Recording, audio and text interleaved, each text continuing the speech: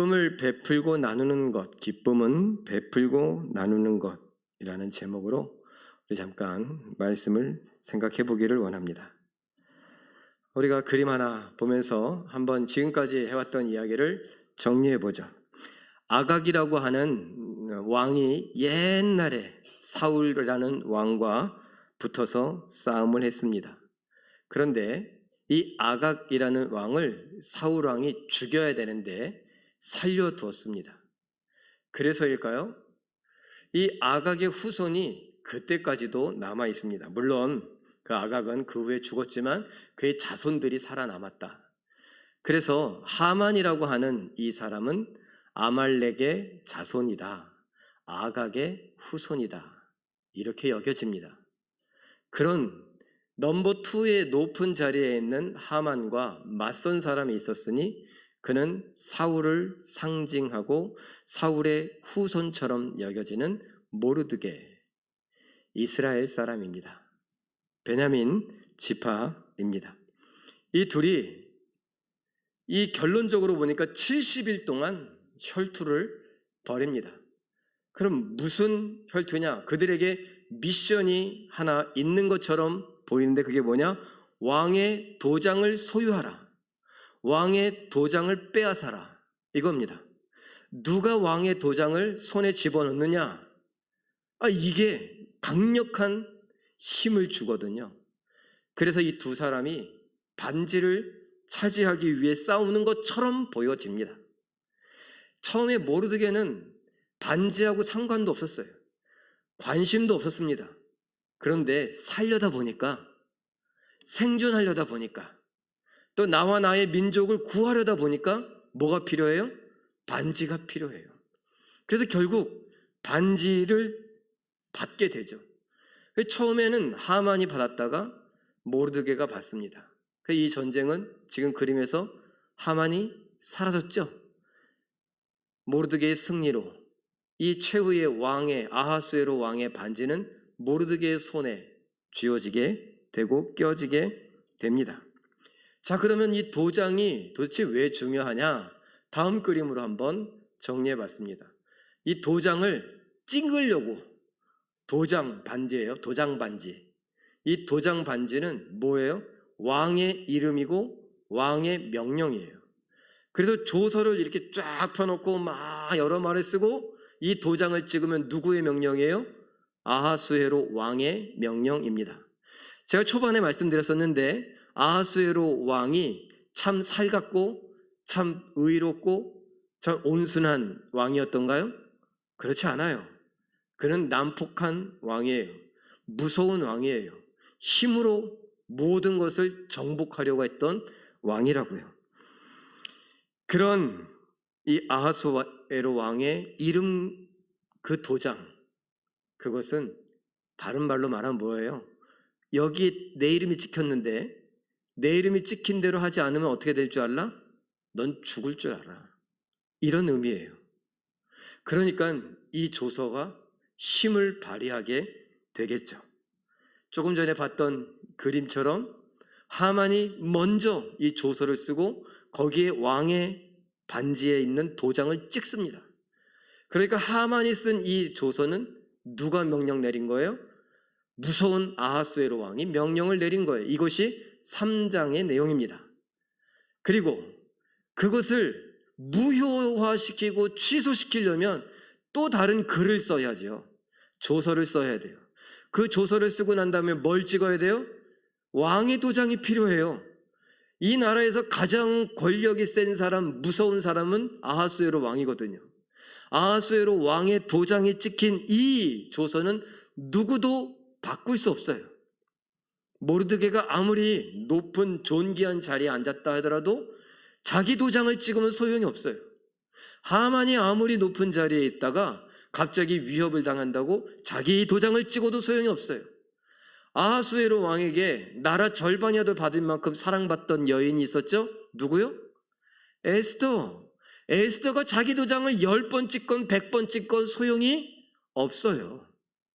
오직 넘버 1, 이 바벨론 이 제국에, 이 페르시아 제국에 가장 큰 넘버원 누구? 아하수에로 왕의 도장만 필요한 것입니다. 그래서 도장 쟁탈전, 반지 도장, 인장 반지, 이 쟁탈전이 벌어진 것입니다. 여러분들께서 지난 주간에 혹시 3장하고 8장을 비교해서 읽어보셨습니까? 내용은 다 똑같아요. 자, 그런데 에스더 3장과 8장을 제가 표로 정리해봤어요. 누가 썼냐? 3장은 하만이 썼어요. 8장은 누가요? 모르드게가 썼어요. 그럼 언제 썼냐? 아하수에로 12년 똑같은 해에. 그러면 3장은 1월 10, 8장의 내용은 3월 23일에 썼어요. 그래서 약 70일이다. 제가 이런 이야기를 한 거예요. 그러면 이 조서의 내용이 효력을 발휘하는 날짜는 언제요? 둘 다 똑같이 연말 12월 13일이에요. 그럼 하만은 뭐라고 썼냐? 모든 유다인을 뭐 하라고요? 학살하고 죽이고 도륙하고 진멸하고 탈취해라. 그들의 것 다 너희 마음대로 가져도 그날 하루 동안은 누구도 유다인을 때리고 죽이고 빼앗는 것에 대해서 법적인 죄를 묻지 않겠다. 피의 날이에요. 학살의 날이에요. 그런데 8장은 그 모든 유다인을 마치 찍찍 지운 것처럼 지우고 거기에 누굴 써요? 모든 유다인의 대적을 똑같은 말로 학살하고 그리고 진멸하고 탈취하라 라고 이야기를 합니다. 서기관에 모은 것도 똑같고 절차, 방법, 내용 다 똑같은데 대상만 바뀌어요. 누가 받느냐, 그리고 누구를 학살하느냐, 이 내용만 바꿉니다. 그러기 위해서 뭐가 필요했다고요? 왕의 인장 반지, 도장 반지가 필요했던 것입니다. 이것이 지난주에 살펴본 8장까지의 내용을 요약한 것입니다. 그 8장의 결론이 뭡니까?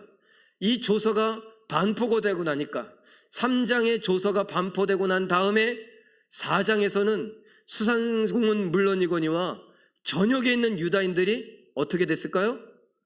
이제는 끝났어요. 왕이 너 죽을 줄 알래요. 이제 12월 13일에 너 죽을 거니까 그냥 그동안에 너 하고 싶은 거 하면서 그냥 우리식으로 안 하면 이제 마음의 준비하시오 이거예요.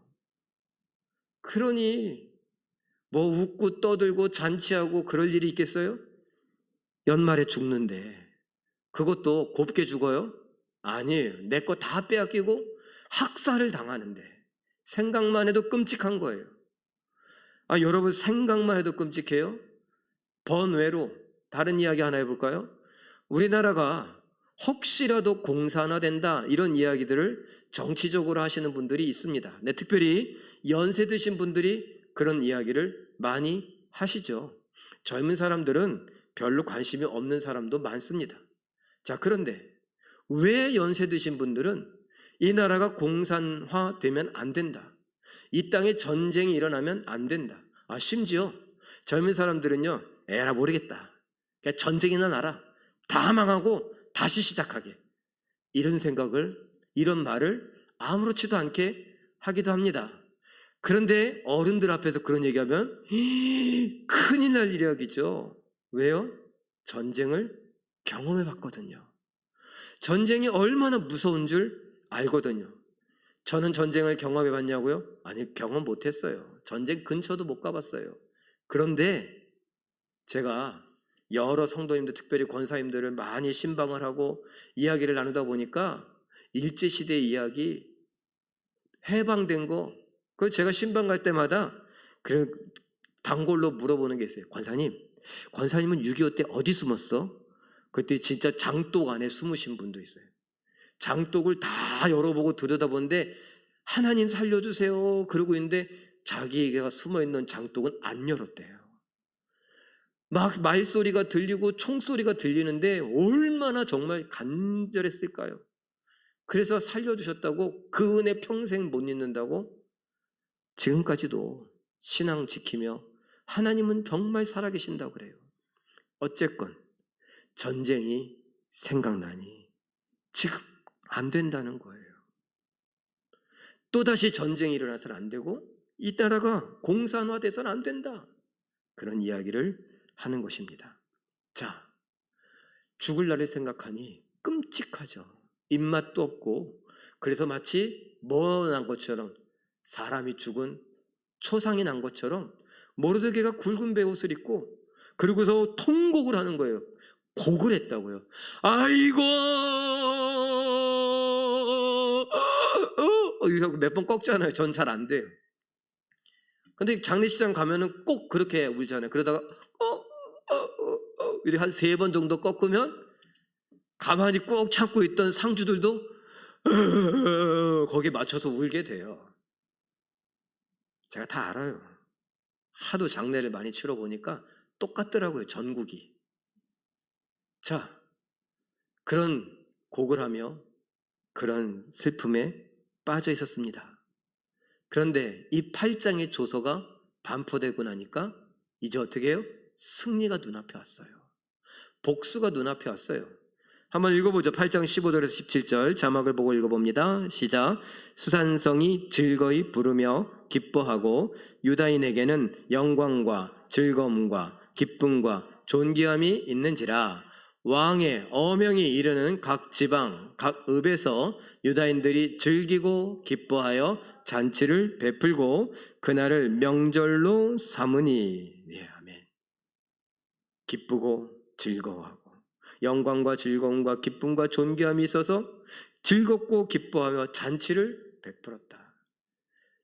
장례식장이 결혼식장이 됐어요.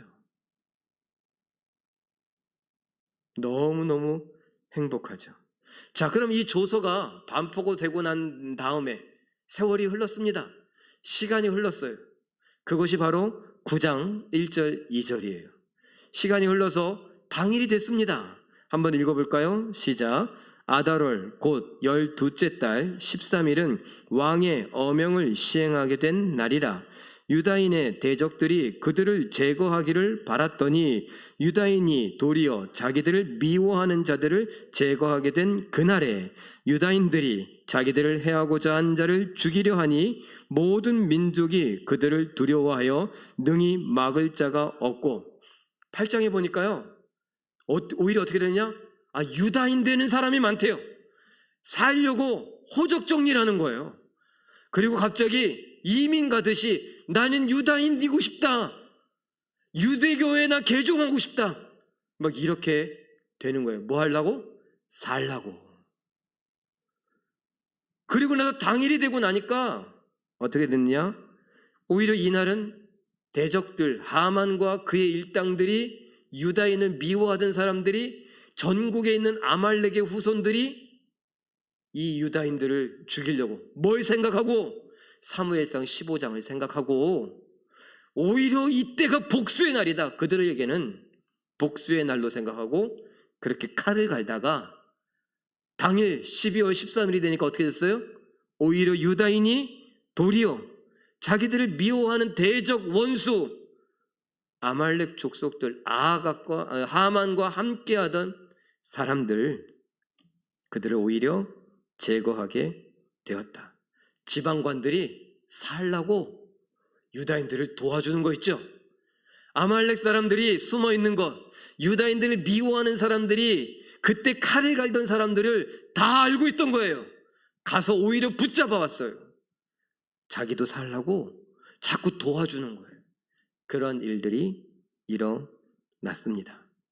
그래서 13일 날 유다인의 통곡이 아닌 유다인의 원수들의 통곡의 날이 됐습니다. 그리고 끝인 줄 알았는데 끝이 아니더라고요. 왕이 웬일인지 이쯤 되면 끝난 거 아니에요? 아니, 조서대로 연말 12월 13일이 됐고 12월 13일에 다 끝났어요. 한마디로 복수했어요. 그런데 왕이 웬걸요? 이런 이야기를 해요. 9장 12절 말씀 우리 함께 읽어봅니다. 시작. 왕후 에스더에게 이르되 유다인 도성 수산에서 이미 500명을 죽이고 멸하고 또 하만의 10 아들을 죽였으니 왕의 다른 지방에서는 어떠하였겠느냐. 이에 이제 그대의 소청이 무엇이냐 곧 허락하겠노라. 그대의 요구가 무엇이냐 또한 시행하겠노라. 아멘. 뭐예요? 처음에 시작할 때 3월 23일 그 전날 그날 잔치자리에서 뭐라 그랬어요? 그대의 소청이 무엇이냐? 그대의 요구가 무엇이냐? 내가 허락하고 내가 시행하겠다. 나라의 절반이라도 주겠다. 그래서 지금 이 일이 일어난 거 아니에요? 근데 끝난 것 같아요. 근데 왕이 또 한 번 이야기하는 거예요. 조서대로 다 됐는데 또 한 번 이야기해요. 야, 이 성에도 500명이나 죽었어. 그리고 하만의 아들이 10명이나 됐는데 그 10명 다 죽였다. 수산성에서 500명 죽었으면 전국에서 오죽하겠느냐? 이젠 풀렸냐? 아직 안 풀렸다면 내가 너의 소청 요구를 허락하고 시행하겠다. 그러니 말해라. 이렇게 된 겁니다. 그래서 말합니다. 13절 14절 읽어봅니다. 시작. 에스더가 이르되 왕이 만일 좋게 여기시면 수산에 사는 유다인들이 내일도 오늘 조서대로 행하게 하시고 하만의 10 아들의 시체를 나무에 매달게 하소서 하니 왕이 그대로 행하기를 허락하고 조서를 수산에 내리니 하만의 10 아들의 시체가 매달리니라. 아멘. 제가 이거 보고 알았어요. 어게인 사무엘상 15장이라고 했죠. 하나님이 아말렉을 뭐하라 그랬어요? 진멸하라고 했어요. 그런데 이 진멸이라는 말을 하만이 먼저 썼어요. 아말렉의 후손이라고 여겨졌던 이 하만이 저 유다인들을 내가 싹 다 죽이지 않으면 이 화가 안 풀리겠다 그랬어요. 진멸하려고 했어요. 그런데 하나님께서 개입하시고 하나님의 상황을 역전시키시니 어떻게 해요? 이 유다인의 원수를 진멸해야죠. 그런데 아직 남아있었던 거예요. 어떻게 하냐고요? 아니 다음을 보니까 그런 이야기들이 계속 나와요. 그래서 에스더가 아니에요. 이 아하수에로 왕이 한 번 더 그런 이야기를 하도록 하나님이 감동을 주신 거예요. 약속 지켰으니까 그냥 세상적으로 하면 왕후 에스더요, 어떻게 마음에 들었는가? 그러면 이제 나하고 산책이라도 하던가, 나하고 잔치라던가, 나하고 침실에 들어갑시다. 이런 분위기가 되어야 되는 게 영화상에, 역사상에, 또 아하수에로 성격에 딱 맞아요. 그런데 하나님의 감동 때문에 아니 자기가 무슨 말 하는지도 모르고 그래도 아직 모자르지 이런 식으로 얘기한 거예요. 그러니까 모자라요.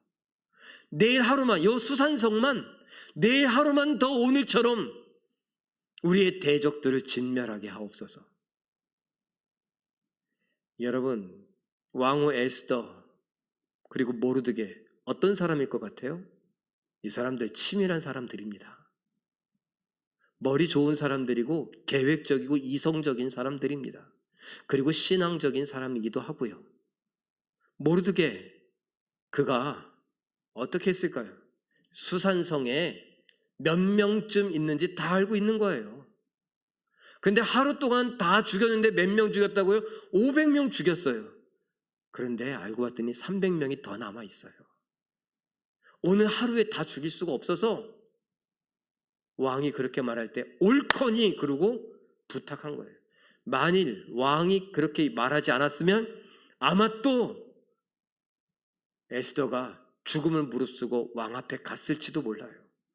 그런데 하나님은 됐다. 그리고 왕의 마음을 아예 감동시키셔서 에스더가 뭐 하기 전에 왕이 먼저 말하게 합니다. 왜요? 진멸시키기 위해, 완전히 없애기 위해. 9장 14절이 이 12월 13일, 14일 이틀 동안 일어난 것을 총계를 매깁니다. 정리합니다. 한번 읽어볼까요? 시작. 왕의 각 지방에 있는 다른 유다인들이 모여 스스로 생명을 보호하여 대적들에게서 벗어나며 자기들을 미워하는 자 7만 5천 명을 도륙하되 그들의 재산에는 손을 대지 아니하였더라. 아멘. 7만 5천 명이래요.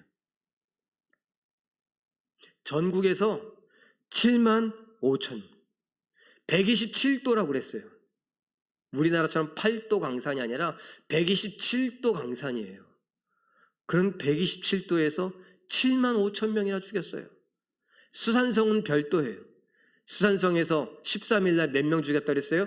500명. 그리고 하루 더 달라 그래서 14일 날 그 다음날 똑같이 하는데 300명. 그래서 800명을 죽였어요. 75,800명.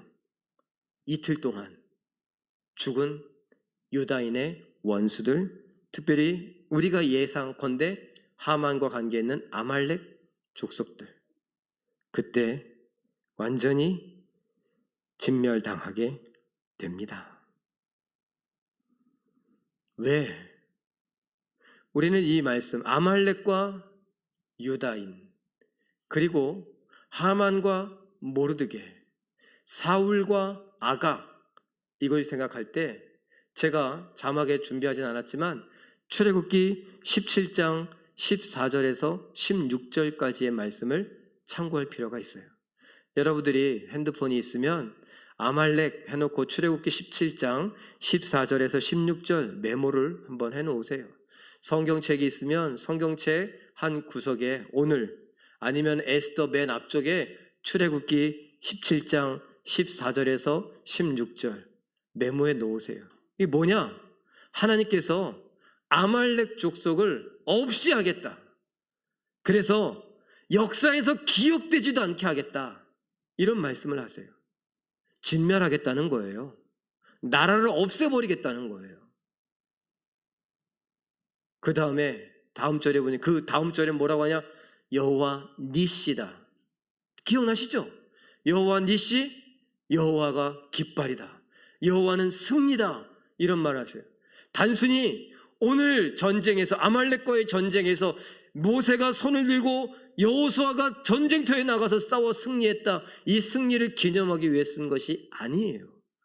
그 다음 절에 뭐라고 말하느냐? 하나님께서, 여호와께서 아말렉과 대대로 싸우시리라. 하나님은 뭐라고요? 승리의 깃발이라 그랬어요. 전쟁에 능하신, 승리하신 하나님이 대대로 싸우겠다. 누구를? 아말렉과. 그리고 그 아말렉은 어떻게 하겠다고? 그래서 사무엘상 15장에 사울과 아각 왕의 전쟁 진멸하라고 명령하신 거예요. 그것이 이루어지지 않으니까 이 에스더서에서 이 페르시아의 포로 중에 그 일이 있었던 것이고, 그 일을 모르드게와 에스더가 성취하고 임무 완수. 자, 이것이 8장, 9장의 대략적인 이야기인데 우리가 기쁨에 관한 것들을 이제 생각해 봐야죠. 9장 1절 그리고 25절을 자막을 보고 우리 같이 한번 읽어봅니다. 유다인의 대적들이 그들을 제거하기를 바랐더니 유다인이 도리어 자기들을 미워하는 자들을 제거하게 됐다.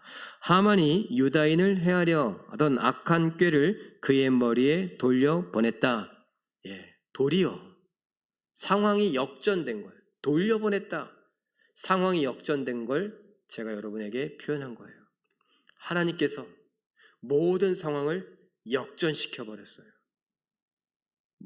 우리식으로 말하면 무엇 때문에? 우리의 간절한 기도 때문에, 우리의 간절함 때문에. 간절히 기도해서 좋아요. 열심히 기도해서 좋아요. 40일 금식 기도를 해서 좋아요. 그런데 하나님께서 원하시는 건 그런 게 아니에요. 뭐예요? 하나님을 진심으로 찾았다는 거예요. 하나님이 나를 구원하실 수 있다. 하나님만이 나를 구원하실 수 있다. 그걸 믿었다는 거예요. 누가? 에스더가, 모르드게가, 그리고 함께하고 있던 사람들이 하나님께 도와달라고, 살려달라고, 우리 좀 살려달라고 그렇게 이야기를 하는데 방법이 하나 있어요. 뭐예요? 왕이 움직이면 돼요. 그런데 세상적인 방법으로 왕이 움직이려면 왕이 금호를 내밀어야 되는데, 왕이 불러야 되는데 그런 일이 일어나지 않으니까 죽으면 죽으리라 그러고 내가 가겠습니다. 3일 동안 살아계신 하나님을 그 포로 중에 있던 사람들이 찾았어요. 그래서 하나님은 그들이 금식한 거, 그들이 간절히 기도한 거 좋지만 자기 자신에게 돌아온 백성들을 기뻐하시고 긍휼히 여기시며 하나님 머릿속에 있던 그 뭐예요?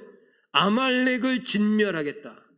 저 하만 감히 네 입에서 내 백성을 진멸하겠다고 그런 말을 꺼내? 내가 오늘 너희 백성을 진멸하여 주겠다. 출애굽기에서 얘기했던 것, 사무엘상에서 얘기했던 것 내가 오늘 갚아주마. 하나님께서 역전시켜버리신 것입니다. 그래서 12월 13일 전국에서, 그리고 12월 14일은 수산성에서만 그런 복수국이 있었습니다. 그리고 나니까 어때요? 12월 14일은 수산성에선 아직도 300명을 학살하고 있었지만 127도 다른 도에서는 뭐가 있었을까요? 그 다음날 기뻤어요. 원수들을 이겼으니까. 내가 1년 동안 막 시름시름 앓으며 마치 장례를 치르는 것처럼 막 그래왔었잖아요. 70일 동안. 그런데 내 대적들이 계속 내 눈앞에서 칼을 갈고 그러다가 조서가 반포되고 나니까 상황이 역전되고 이제 4, 5, 6, 7, 8, 9, 10, 11, 12 9개월 동안 그날이 오면 어떻게 되나 보자. 진짜 이 조서들을 할 수 있을까? 저들은 힘이 있는데, 저들은 돈이 있는데 과연 될까? 그런데 되더라고요. 힘 있는 지방 장관들이 도와주더라고요. 지금으로 말하면 시청, 시장이, 구청장이 막 도와주더라고요. 경찰들이 도와주고 군인들까지 나서갖고 도와주는 거예요. 뭐 하는 걸? 복수하는 걸. 그래서 12월 14일에 전국에서 잔치가 벌어졌어요. 근데 그 14일은 아직도 수산성은 학살을 하고 있죠. 그리고 그것이 다 끝났어요. 그리고 15일 그 다음 날에서야 잔치를 열게 됐습니다. 그러다 보니까 잔치를 2번 한 것처럼 보여지잖아요. 14일은 전국에서, 15일은 수산성에서. 그래서 이참에 우리의 명절을 이틀로 하자. 우리의 이 귀한 축제의 날을 이틀로 하자. 그래서 12월 14일, 15일로 정합니다. 9장 21절, 22절 한번 읽어보죠. 시작. 한 규례를 세워 해마다 아달월 14일과 15일을 지키라. 이달 이날에 유다인들이 대적에게서 벗어나서 평안함을 얻어 슬픔이 변하여 기쁨이 되고 애통이 변하여 길한 날이 되었으니 이 2날을 지켜 잔치를 베풀고 즐기며 서로 예물을 주며 가난한 자를 구제하라. 여러분, 결혼식장에 갈 때 뭐 들고 가요? 반찬통 들고 가요? 그래서 거기에 식당에서 나오는 거 좀 담아오려고? 뭘 들고 가요? 선물 들고 가죠. 왜요? 기쁨의 날을. 결혼한다고 기뻐하다고 또 혹시 이 자리에 앉아 계시거나 방송을 유튜브를 보시는 분들 중에 비혼주의 혹시 계십니까? 그래서 꼭 예를 들어도 그딴 걸 들어. 제가 고리타분해서, 제가 좀 짧아서 그런 줄로 이해하세요. 자, 결혼식장에 사람들이 친구들 결혼한다고 축하해 줍니다. 그때 뭘 들고 가요? 선물을 들고 갑니다. 돈을 들고 가거나 선물을 들고 해서 준비해서 줍니다. 그날 못 주면 따로 개인적으로 집들이를 한다든가 하는 날 또 가서 선물을 전해줍니다. 축제의 날, 기쁨의 날, 그 축제와 기쁨을 무엇으로? 서로 예물을, 서로 선물을 주면서 서로 축금을 주면서 축하하고 기념했습니다. 그리고 뭐 하라고요? 가난한 자를 구제했습니다. 가난한 자는 간절합니다. 가난한 자는 배고픔이 다이어트가 아닙니다. 그들은 생존과 관련되어 있습니다.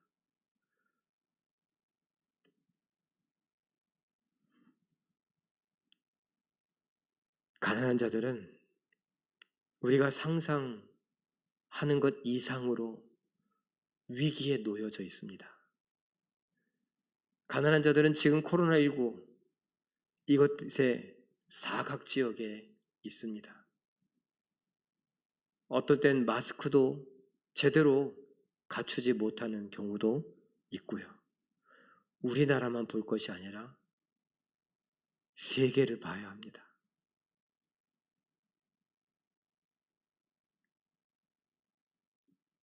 우리나라 대부분의 20대 초반에 이제 막 대학을 다니거나 아니면 대학을 졸업했거나 사회 경험이 전혀 없고 전문가도 아니고 아무것도 할 줄 모르는 그런 사람도, 그런 청년들도 초봉 처음 받는 돈이 적어도 200만 원 이상은 돼야지, 이렇게 생각하는 시대입니다. 200만 원 받고 일하는 것도 그냥 참고 일해주는 정도로 생각하는 시대입니다. 그런데 가난한 나라의 사람들은 평생 200만 원을 만져보지 못합니다. 우리는 한 달 일하고 그것도 일할 줄도 몰라서 대충 시간 때우고 그리고 200만 원 버는데, 이거 정말 쥐꼬리 같아서 이거 갖고는 못 살겠다고 말하는데, 세계에선 200만 원을 평생 한 번도 못 만져보는 나라가 많습니다. 그래서 얘기하잖아요. 우리는 아무리 가난해도 세계적으로 봤을 때 77억 9천만 명을 봤을 때 상위 30%라고요. 세계를 놓고 보면 우리는 그냥 뭐 중산층 그 이상이에요. 그런데 우리나라에 더 많은 부자들을 바라보니 내가 초라해 보이고 내가 가난해 보이고 내가 200만 원 이 정도 갖고 뭘 갖고 사냐고, 내가 먹고 사는 거 이런 걸 먹고 어떻게 사냐고 그렇게 말하기도 합니다. 그러나 가난한 나라, 가난한 사람들은 내일 죽을 수도 있는 겁니다. 아니, 오늘 밤 너무 배가 고파서 내일 아침에 깨어나지 못할 수도 있는 겁니다. 코로나에 왜 약하냐고요? 면역력이 없어서. 못 먹어서 면역력이 없어요. 그래서 어떤 병균과 싸워 이길 수가 없습니다. 그래서 배 아파서 죽고, 눈이 아파서 죽고, 이가 아파서 죽고, 다리가 아파서 죽고, 화장실에 못 가서 죽고, 화장실에 너무 자주 가서 죽고, 이래저래 막 죽습니다.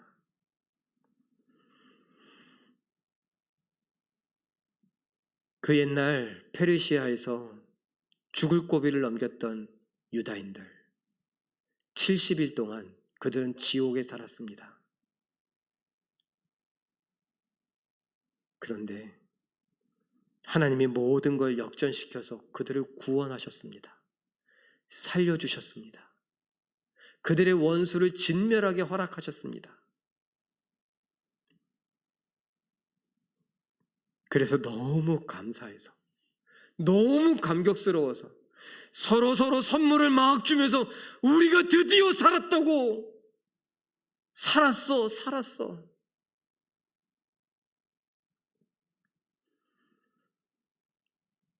그 구원의 감격이 너무 커서 가난한 사람들을 볼 수가 없는 겁니다. 왜? 저들은 사선을 넘나들고 있기 때문에, 그 배고픔, 그 굶주림, 그 가난 때문에 언제 죽을지 모르는, 우리가 느꼈던 그 죽음에 대한 공포, 두려움을 지금 그들은 느끼고 있기 때문에 모르드게는 말합니다. 우리가 70일 동안 느꼈던 그 죽음의 공포를 기억합시다. 그래서 가난한 자들, 그들이 지금 죽음의 사선 앞에서 그 공포 속에 하루하루를 간신히 버티고 있는데 그들을 도웁시다.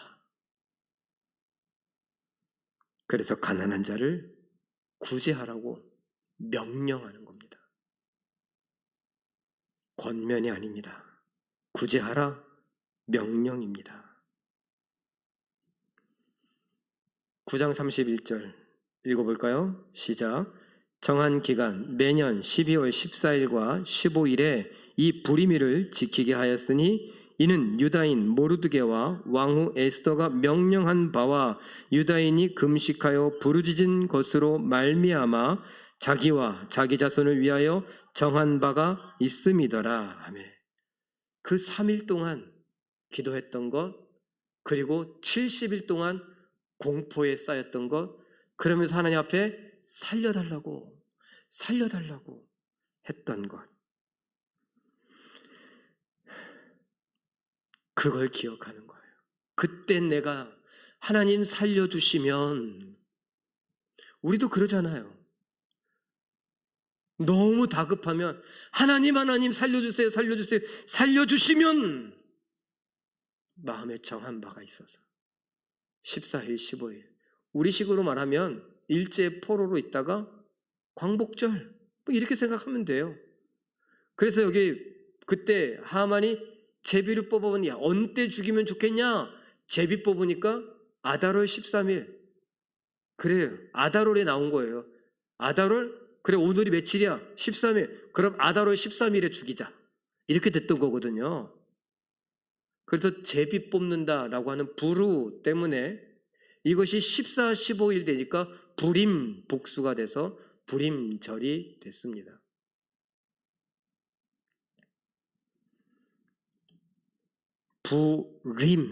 부림절입니다.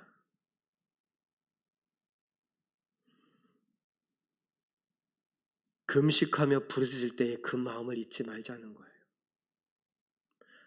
내가 죽을 위기에 놓였을 때를 잊지 말자는 거예요. 내 구원받은 것이 얼마나 큰지 잊지 말자는 거예요. 잠언 28장 27절 솔로몬이 쓴 거죠. 그런데 솔로몬은 하나님의 영에 감동되어서 이 성경을 썼습니다. 참고로 어떤 사람들은 솔로몬이 타락했기 때문에 솔로몬이 버림받아서 지옥 간 거 아니냐 이렇게 이야기합니다. 그러면 성경을 쓴 솔로몬은 뭡니까? 성경을 쓸 때는 성령의 감동을 받아서 시편, 잠언, 전도서를 쓰고 성령이 떠나갔고 지옥 갑니까? 성령이 우리에게 한번 오신, 그래서 한번 택함을 받은 사람이 버림받습니까? 아니죠. 참고로 기억하세요. 자, 솔로몬이 하나님의 영 성령에 감동되어서 28장 27절 잠언을 기록합니다. 읽어보죠. 시작. 가난한 자를 구제하는 자는 궁핍하지 아니하려니와 못 본 채 하는 자에게는 저주가 크리라. 하나님이 보고 계신다는 거예요. 하나님이 내가 널 구원한 것을 기억하고 있느냐? 라는 것입니다. 그래서 구제하라 라는 것이죠. 또 신약도 볼까요? 누가복음 12장 33절, 이것은 예수님께서 하신 말씀입니다. 예수님, 우리의 구원자, 우리가 주님이라고 부르는 그가 하신 말씀입니다. 읽어보죠. 시작. 너희 소유를 팔아 구제하여 낡아지지 아니하는 배낭을 만들라. 구제하는 건 낡아지지 않는 배낭을 만드는 거래요. 이건 마치 천국에 보물을 쌓아두는 것과 같다라고 말합니다. 천국엔 좀과 동록도 도적도 없으니 안전하다는 거예요. 낡아지지 않는 배낭, 튼튼한 배낭, 터질 일이 없고 거기다 담아두면 없어질 일이 없다는 거예요. 잊어버릴 일이 없다는 거예요. 지금으로 말하면 안전한 금고. 구제는 안전한 금고를 갖고 있는 것과 같다. 안전한 금고에 돈을, 내 재물을, 내 보물을 쟁여두는 것과 같다. 그럼 뭐 하라는 거예요? 구제하라는 거예요. 누구에게? 하나님의 백성에게. 하나님의 백성은 뭘 받았는데? 구원을 받았는데. 구원받은 사람들은 뭐 하라는 거예요? 구제하라는 거예요. 왜?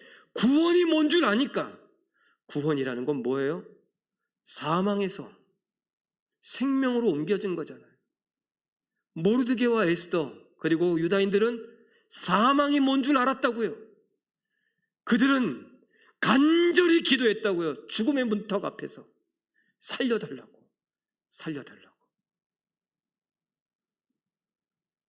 그래서 살림 받은 그게 뭔 줄 아는 거예요. 얼마나 고마운지, 감사한지. 그리고 내가 살려달라고 간절히 기도할 때 그 마음을 아는 거예요. 가난한 사람들의 마음을 헤아릴 수 있는 거예요. 예수님이 이런 말씀도 하시죠. 하나님이 말씀하십니다. 나그네를 대접하라. 왜? 너희가 애굽에서 나그네로 살았었으니까. 하나님은 우리의 인생에 기억하기를 바라시는 것이 많아요.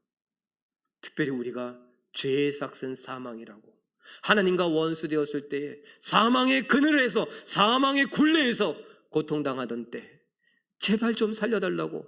우리는 안 했을지 몰라도 우리 영혼은 그랬다고요. 하나님 나 좀 살려주세요. 그래서 하나님이 누군가를 보내 예수 믿으라고. 그래서 이 자리에 앉아있고 이 영상을 보고 예배하는 것 아닙니까? 그걸 아는 사람들이야말로 구제할 수 있다는 거예요. 구원이 뭔 줄 아는 사람, 구원이 얼마나 큰지 그걸 아는 사람, 죽음이 얼마나 무서운 건지 그 간절함이 뭔지 아는 사람, 바로 우리들.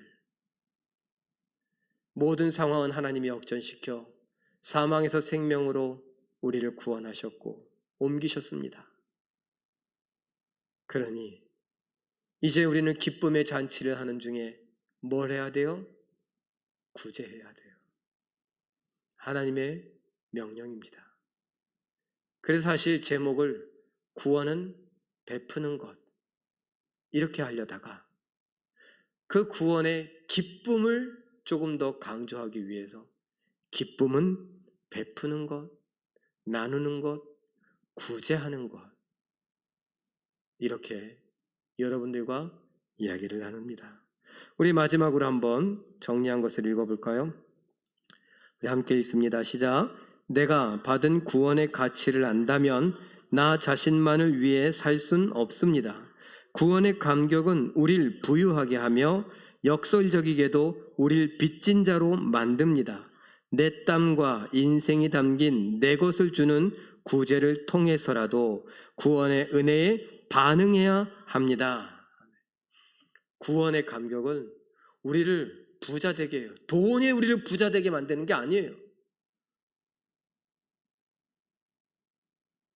마음의 부자? 좋아요. 그런데 마음의 부자보다 진짜 부자는 영혼의 부자예요.